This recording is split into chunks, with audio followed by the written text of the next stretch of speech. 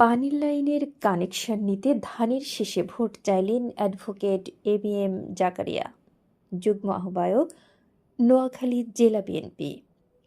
আগামী জাতীয় সংসদ নির্বাচনে ধানের শীষের নির্বাচনী প্রচারণায় মহিলাদের উঠান বৈঠকে সরকারি পানির লাইনের কানেকশন নেওয়ার জন্য ধানের শীষ মার্কায় ভোট চাওয়ার একটি ভিডিও ভাইরাল হয়েছে।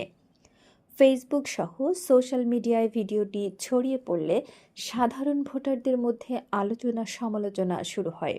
অনেকে একে আচরণবিধির প্রকাশ্য লঙ্ঘন বলে অভিহিত করেন।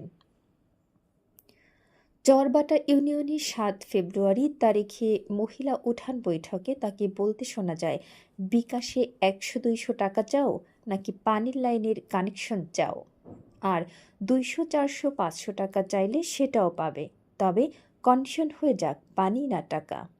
এই ব্যাপারে নির্বাচনী সহকারী রিটার্নিং কর্মকর্তা ও সুবর্ণচর উপজেলা নির্বাহী অফিসার আকিব ওসমানকে জিজ্ঞেস করলে তিনি বলেন, এটি নির্বাচনী আচরণবিধি লঙ্ঘন।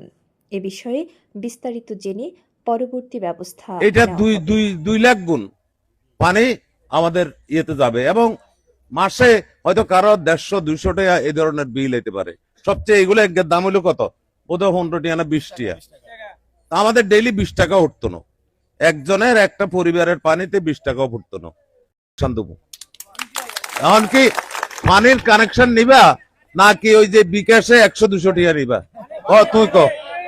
হ্যাঁ, পানি, কারণ খাওয়ার পানি আমরা